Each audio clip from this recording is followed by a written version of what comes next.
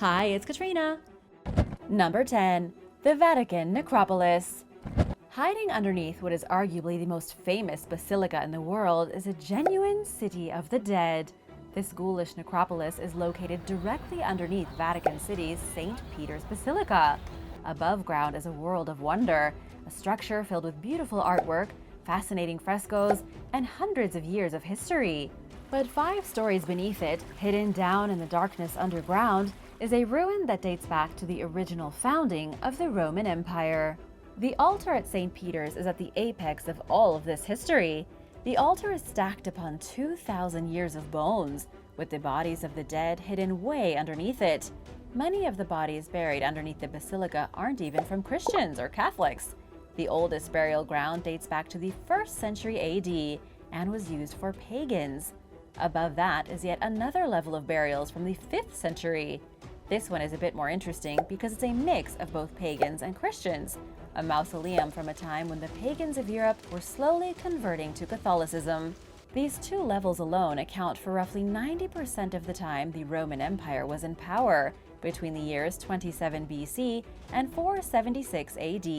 Even though St. Peter's Basilica is what everyone knows and what the hill is famous for, it was a sacred place for a very long time. In another surprising twist, there is a hidden church buried underneath the floor of the basilica, and above that a more recent church from the 12th century.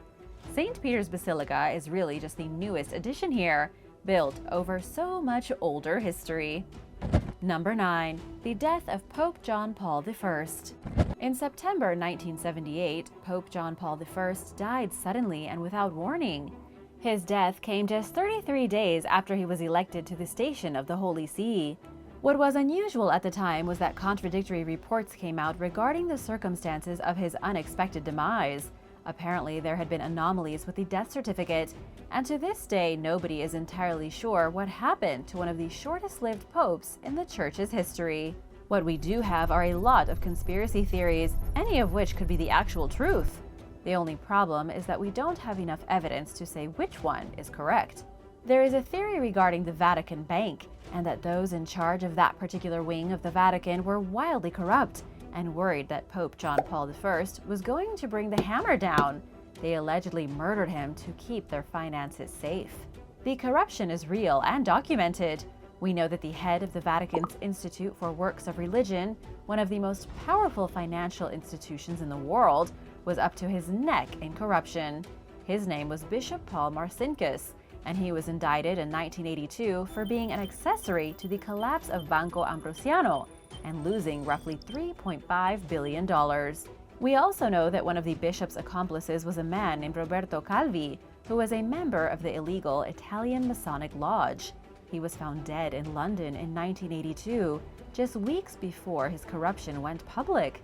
His death was ruled as self-inflicted, but there are plenty of conspiracy theories around that as well. The takeaway here is that looking at the Pope's death from an outside angle, it really seems that the Pope was killed to protect the bank. But in the end, the scandal was just too big to hide. Number 8. The Vatican Obelisk.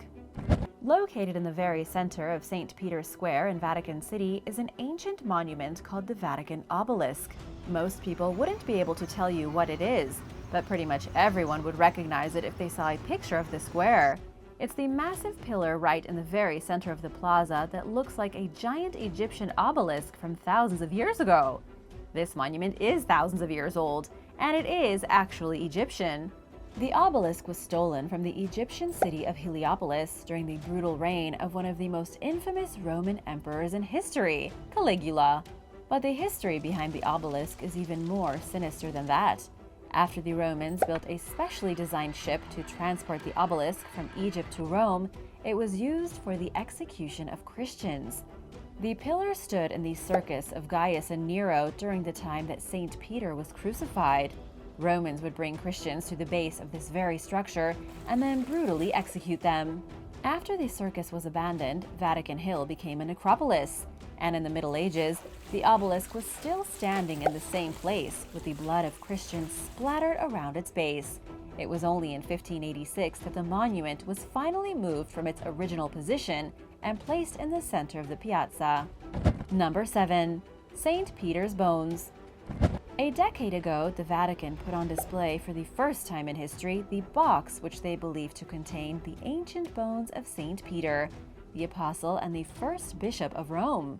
It was Pope Francis's doing, the 266th Bishop of Rome. This was an extremely big deal at the time because prior to 2013, no pope in history had ever said definitively that the 8 pieces of bone hidden underneath St. Peter's Basilica were indeed those of St. Peter himself. The bones weren't even discovered until 1939, deep inside the grottos beneath the Basilica, which is basically a 5-story labyrinth of 2,000 years of history. All these years later, there is still no definitive way to say if these bones ever belonged to the Apostle Peter. In 1968, Pope Paul VI simply said the connection was convincing, but couldn't give any actual evidence to back up the claim. And in 2013, the Vatican threw all discretion out the window and decided to just run with it. But honestly, we don't know whose bones they have in that old chest. Author Bruno Bartoloni, who wrote The Ears of the Vatican, said that no pope ever allowed any scientist to study the bones, probably because they don't want to know, and also because there are documents hidden in the Vatican that say there is a 1,000-year-old curse on the tomb of St. Peter. Anyone who opens it will suffer from the worst possible misfortune. Number 6. The Pope Prisoners. For about 60 years, not a single pope left Vatican City. It was one of the weirdest times in the Vatican's history, which saw each pope become a prisoner of their own little kingdom. It had been a long time in the making, and it finally came into effect on May 13, 1871. The Italian law of guarantees was the Kingdom of Italy's attempt at solving their pope problem. They hated that the pope had so much influence and power over the people, and so the law was aimed at forcing the Holy See to be an ordinary subject of Italy and not a sovereign. They promised to treat the pope with similar honors that they would give to a king, but he was to be under strict Italian law. In response, 5 popes locked themselves inside the Palace of the Vatican and didn't leave, starting with Pope Pius IX, who died in 1878. The Pope was so furious that he excommunicated the King of Italy, basically sentencing him to a lifetime in hell. It ended with Pope Pius XI, who eventually worked out a new deal with Benito Mussolini in 1929. They decided that Vatican City would be its very own country, which it still is today. Number 5. The Black Magic Grimoire. The Black Magic Grimoire is exactly what it sounds like. It's an ancient book of black magic that's been dated back anywhere from 1421 to 1521. However, no historian has ever agreed on when the first edition was published. Expert Owen Davies says it was 1702 when the first edition was made available, but other, more mainstream scholars suggest it was written in the 19th century as a kind of hoax. Anything we know about the Black Magic Grimoire, also known as the Grand Grimoire, is vague at best. The introductory chapter was likely written by a man named Antonio Venetiana del Rabina, and he got much of his information from the original writings of the great King Solomon. Many of the black magic spells in the book are variations of the Key of Solomon or the Red Dragon. So what does a book on black magic have to do with the Vatican? Rumor has it that an original copy is secured somewhere inside their archives. We don't know if any of it is true, but that's what some sources say. And considering the Vatican archives are home to pretty much every relevant religious text in the world, it wouldn't be a big surprise. It makes sense that they would keep a secret book hidden that can supposedly summon Lucifer and give one the ability to make a deal with the devil. Number 4. Jesus' Death Certificate. The Shroud of Turin is a small piece of linen cloth that appears to show the imprint of the face of Jesus Christ. It looks kind of like a negative from a roll of film. Religious scholars believe the shroud was wrapped around the body of Christ after his death, which is why his face was left imprinted on it. The shroud was first mentioned in 1354 and quickly became one of the most legendary religious artifacts in the world. It was kept inside the royal chapel at the Cathedral of Turin in northern Italy ever since 1578. But the truth of the shroud is quite controversial. In 1988, tests proved it came from the Middle Ages, about 1,200 years after Christ's recorded death. But recently, Barbara Frail, a researcher with the Vatican Secret Archives, says that traces of writing were found on the shroud, which has turned it into a kind of death certificate. Barbara says the fragments of words discovered on the shroud were written in Greek, Hebrew, and Latin, and say something like, "This shroud was placed over Jesus of Nazareth." This is information coming straight from somebody who works in the Vatican. It's now believed that this mysterious piece of linen was used by a clerk following Jesus' execution. His name was written on it in many different languages, then laid around his body before he was buried. Either it's real, and this really is Jesus Christ's actual death certificate, a legitimate document of death, or the Vatican is just telling stories. What do you think? Number 3. The Pope Escape Tunnels. The Passetto di Borgo looks like any other old stone fortification in Vatican City. It runs 2,600 feet straight from the city to the Castel Sant'Angelo, and most people don't know what in the world it even is. This stone fortification was once a secret passageway used for popes to escape from harm. The passage, which from the outside honestly just looks like an ordinary wall, was constructed starting in 850 AD at the behest of Pope Nicholas III, but it wasn't finished for roughly 650 years until the reign of Pope Alexander VI in 1492. He was famous for corruption and nepotism, using his position and money to take care of his illegitimate children. Anyway, he finished the passageway just in time. Pope Alexander used his newly completed escape tunnel to escape when the French invaded 2 years later. All that effort really didn't amount to much, with only a handful of popes ever needing it. The last flight was in 1527, when Pope Clement VII had to escape the mutinous troops from the Holy Roman Emperor's imperial army. The troops had turned against Charles V and marched on Rome, and Clement VII was one of the few high-level people to escape, all thanks to his sneaky tunnel. In 2000, as a way to honor the Roman Catholic Church's Great Jubilee year, the Passetto was refurbished. In recent years, the church has opened the tunnels to visitors for a restricted amount of time during each summer. Number 2. Lucifer. There are some who say that hidden in the bowels of the Vatican is proof that the devil exists.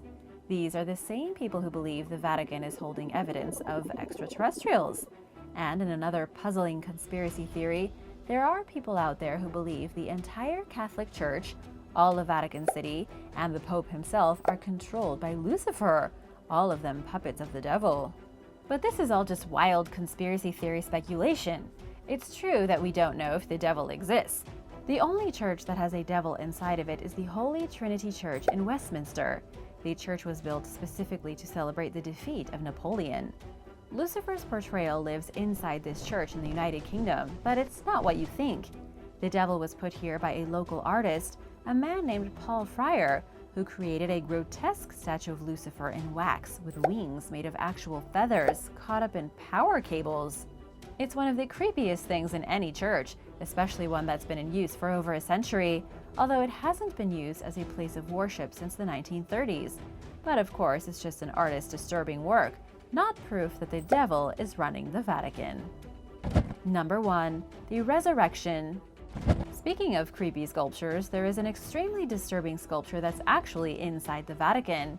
It's called the Resurrection, and it was modeled in 1977 out of bronze and copper by an artist named Pericle Fazzini.